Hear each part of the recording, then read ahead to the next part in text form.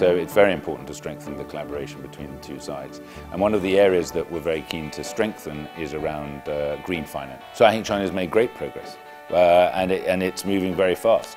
And we will continue to work with China to help with that progress. It was really refreshing to see how China is moving forward, all the Chinese businesses, and understand how critical this is for the world. I think it's wonderful and brilliant that China has made those commitments, and we respect that. And I say it's about greening finance and financing green. And eventually that word green will not be in the word finance, because all finance has to be green and sustainable. We will hope to continue to work with China as the door opens wider, and it will be reciprocal, because we see, as I said, more Chinese financial firms coming here to the city to set up their offices, and we will welcome that.